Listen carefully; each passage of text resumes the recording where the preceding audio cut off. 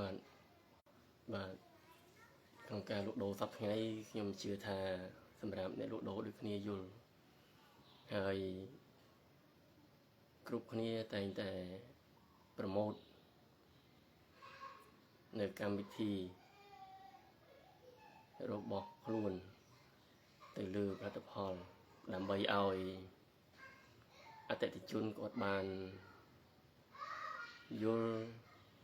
ពីគុណភាពនិងសេវាកម្មរៀងខ្លួនអ្នកលក់ខ្លះគាត់បានទៅសិក្សាជំនាញទីផ្សារវគ្គខ្លីៗបន្ថែមទៀតដើម្បីធ្វើយ៉ាងម៉េចពន្យល់ពីផលិតផលរបស់ខ្លួនទៅកាន់អតិថិជនដើម្បីឲ្យអតិថិជនយល់និងមានចំណាប់អារម្មណ៍ទៅលើផលិតផលរបស់គាត់ខ្ញុំជាអ្នកលក់មួយរូបក៏ខ្ញុំយល់ពីបញ្ហានេះដែរប្រសិនបើយើងអត់មានតិចនិចក្នុងការពន្យល់ពីសេវាកម្មពីតម្លៃពីគុណភាពរបស់ផលិតផលខ្លួនទេខ្ញុំជឿជាក់ថាជាគំនិតខ្ញុំជឿថាអតិថិជនគាត់មិនបានទៅមានចំណាប់អារម្មណ៍ក្នុងការទិញផលិតផលពីយើងយកទៅប្រើប្រាស់ទេ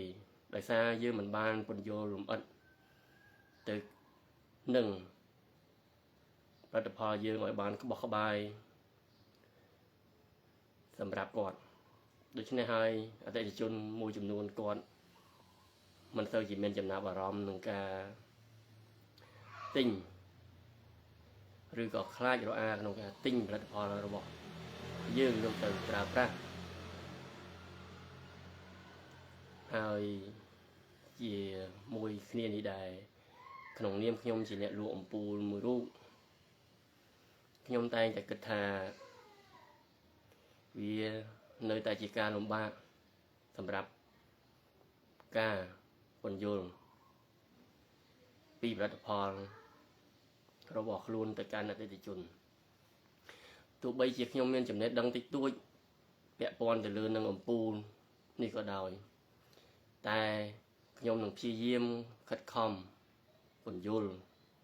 ពីរបៀបប្រើប្រាស់ទៅស្ថានភាពជាក់ស្ដែងនៃការយកទៅដំឡើងនិងបច្ចេកទេសខ្លះដែលខ្ញុំបានស្វែងយល់ហើយក៏ខ្ញុំជឿថាមតិខ្ញុំជឿថាសម្រាប់អ្នកលក់ដូចជាខ្ញុំប្រកាសជាមានបញ្ហានិងចំណេះដឹងតិចតួចវាមិនបានទៅយល់អ្វីច្រើនសម្រាប់បើសិនណាជាអតិថិជនគាត់ទិញយកទៅប្រើប្រាស់ផ្ទាល់ទៅនឹងស្ថានភាពជាក់ស្ដែងផ្ទាល់គាត់កាន់តែយល់ច្បាស់ពីគុណភាពពីបច្ចេកទេសក្នុងការប្រើប្រាស់អំពូលសូឡាខ្ញុំគិតថាអំពូលសូឡាដែលនាំចូលនៅលើទីផ្សារយើងសប្តាហ៍ថ្ងៃខ្ញុំនៅតែនិយាយដូចលើកមុនអញ្ចឹងជាយោបល់ខ្ញុំជាគំនិតរបស់ខ្ញុំគិតថាអំពូលសូឡាគ្រប់ប្រភេទនៅលើទីផ្សារសុទ្ធតែមានគុណភាពដូចគ្នាសំខាន់យើងយកទៅប្រើប្រាស់ឲ្យសមស្របទៅនឹងលក្ខខណ្ឌទីតាំងនិងបច្ចេកទេសគួបផ្សំព្រោះខ្ញុំនៅតែគិតអញ្ចឹងថាអ្វីដែលគេធ្វើឡើងមកគឺគេសិក្សាទៅលើលក្ខណៈបច្ចេកទេសទៅលើទីតាំងទៅលើអាកាសធាតុទៅលើ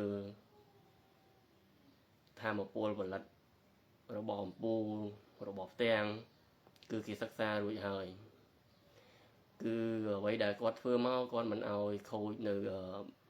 brand នៅយីហោរបស់គាត់ទេបើសិនជាគាត់ធ្វើឲ្យខូចនៅ brand គាត់ប្រកាសជាបាត់នៅផលប្រយោជន៍ជាច្រើនរួមទាំងខ្ញុំជាអ្នកលក់ផងដែរក៏ខ្ញុំមុននឹងយកអំពូលមកលក់ក៏ខ្ញុំបានទៅសិក្សាពីបញ្ហាបច្ចេកទេស តាក់ទងទៅនឹងអំពូបញ្ហាលើទីផ្សារគឺបានសិក្សារួចហើយការលក់ដូរជាទូទៅទាំងខ្ញុំទូទៅនិងអ្នកលក់ទូទៅទាំងអស់តែងតែខិតខំរកគ្រប់វិធីសាស្ត្រដើម្បីប្រម៉ូទផលិតផលរបស់ខ្លួនឲ្យអតិថិជនមានចំណាប់អារម្មណ៍និងរកស្វះស្វែងកែតម្រូវទៅលើលក្ខណៈបច្ចេកទេសទៅលើគុណភាពនិងសេវាកម្មដើម្បីឲ្យអតិថិជនគាត់ជឿទុកចិត្តថ្ងៃនេះដែរខ្ញុំក៏ចង់បង្ហាញនៅបុគ្គលិក2រូបបើសិនណាជាអតិថិជនមើលទៅត្រូវចរចានៅតម្លៃត្រូវខ្ញុំគិតថានឹងចំណេញព្រោះគាត់អាចជួយការងារទៅដល់អតិថិជនបានបុគ្គលនោះអាចជួយបានការងារ5យ៉ាងក្នុងពេលតែមួយហើយនឹងការងារ2យ៉ាងក្នុងពេលតែមួយទៅលើស្ថានភាពជាក់ស្ដែងទីតាំងនិងតម្រូវការប្រើប្រាស់ផ្សេងរបស់អតិថិជននៅក្នុងនេះខ្ញុំចង់បង្ហាញថាបុគ្គលនេះអំពូលនេះគឺវាមានអត្ថប្រយោជន៍5យ៉ាងក្នុងពេលតែមួយហើយតម្លៃក៏សមរម្យទៅតាម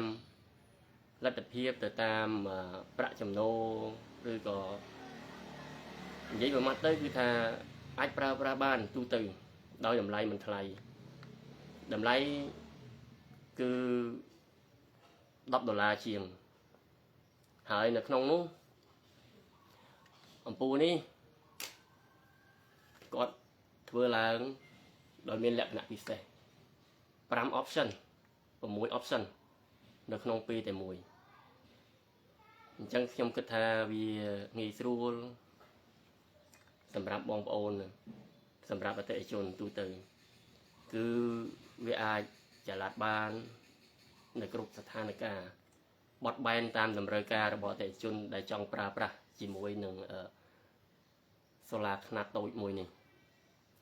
option ទី1គឺវាមានជាពន្លឺមួយហើយពន្លឺស option មួយទៀតគឺពន្លឺក្រហម option មួយទៀតសលាយក្រហម option មួយទៀតគឺវាជា7 option មួយទៀតគឺវាជាភ្លើងស៊ីញូ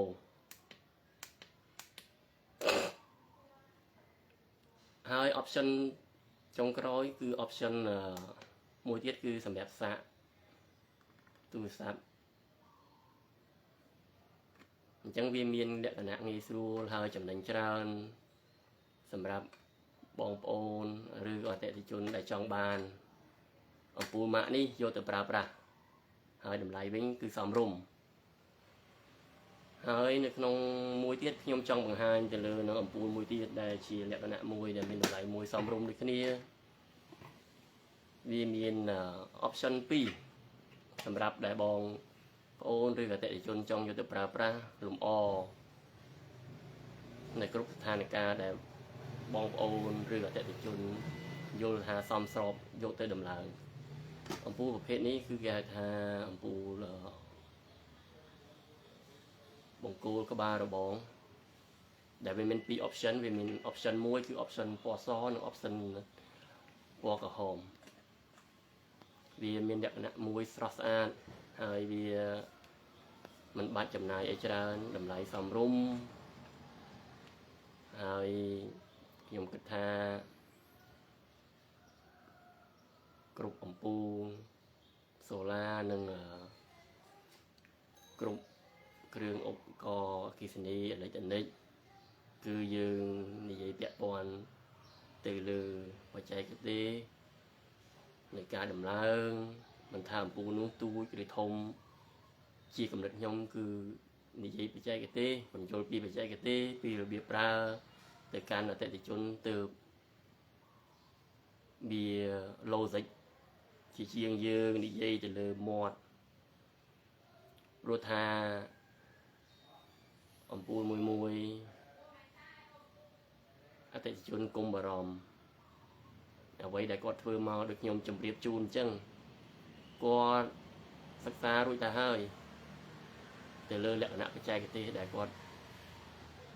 đằng phim pui bỏ còn hơi chỉ trong cõi nhom rong chăm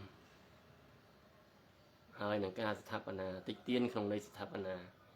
đời xa chấm này đăng nhom miên tích tuổi chẳng hơi vì mình ai bẩm pin dịch ấy làm rơi ca bàn này đam bay bình vô lời bàn có bọc bài miên ta ở tại chỉ chôn feedback mà vinh thà sẽ va cam ở vào vụ nhom dạng mệnh con được hiệp ổng pu nhom dạng mệnh từ nhom ai miên đã đặt hiệp mùi ạ vì vọt luôn anh cái đầm rơi và chạy cái tê cái đầm rơi con được hiệp ổng pu được không ổng pu mùi rồi còn là đập hòn mùi đầm bay trôi là lơ tịp xa bàn lúc tra tàiรัฐพรnăng miênคุณภาพhơiสิว่าการรอให้ดำไหลซ่อมลงเติมอายโชว์ในเลยตีสาบานกงวงยวงไว้สำหรับทางขยมอดเมียนจีกาลุเหมือนโจดำไหลหรือจีกาไทม์หรือจีไว้ดีรู้ไอ้โกได้หนึ่ง policy บอกขยม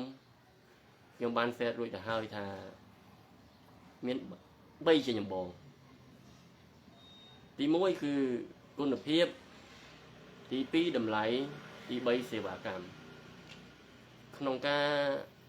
bệnh cho đầm lấy cứ chỉ ca mùi bệnh chia tinh rồi bọc nhiều từ tam ca bệnh chia tinh rồi bọc nhiều bởi sân na chỉ nhiều bệnh chia tinh tràn nhom nông miền ca bệnh cho đầm lấy chun chia bị sẻสำหรับโยแต่ลุบันโตหรือก็ลุดำไหลรีហើយchỉ trongក្រោយខ្ញុំចង់បញ្ជាក់ថាគ្រប់គ្រឿងអគ្គិសនីនិងអេឡិចត្រូនិកឬក៏គ្រប់ឧបករណ៍អ្វីដែលពាក់ព័ន្ធទៅលើនឹងអគ្គិសនីអេឡិចត្រូនិកគឺជាគំនិតខ្ញុំគួរតែពន្យល់ពីលក្ខណៈបច្ចេកទេសវាជាការមួយដែលត្រឹមត្រូវក្នុងការលក់ក្នុងការបញ្យល់ឲ្យអតិថិជនយល់ហើយនឹងជឿជាក់មកលើផលិតផលរបស់យើងជាចុងក្រោយមួយទៀតខ្ញុំស្វាគមន៍ជានិច្ចរាល់មតិរិះគន់ក្នុងន័យស្ថាបនាដើម្បីឲ្យខ្ញុំអភិវឌ្ឍសមត្ថភាពខ្លួនខ្ញុំអភិវឌ្ឍនៅគុណភាពផលិតផលរបស់ខ្ញុំហើយអតិថិជនអាច comment បាននៅមតិរិះគន់ក្នុងន័យស្ថាបនាឬក៏ចង់ទំនាក់ទំនងក្នុងការទិញលក់បន្តអាច comment ជាលេខទូរស័ព្ទ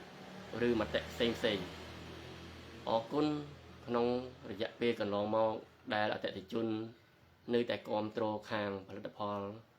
របស់ខ្ញុំនិងសេវាកម្មរបស់ខ្ញុំតាំងពីដើមមកដល់ពេលនេះដើម្បីឲ្យពួកខ្ញុំឈរជើងទៅមុខបន្តទៀតសូមអរគុណអតិថិជនទាំងឡាយ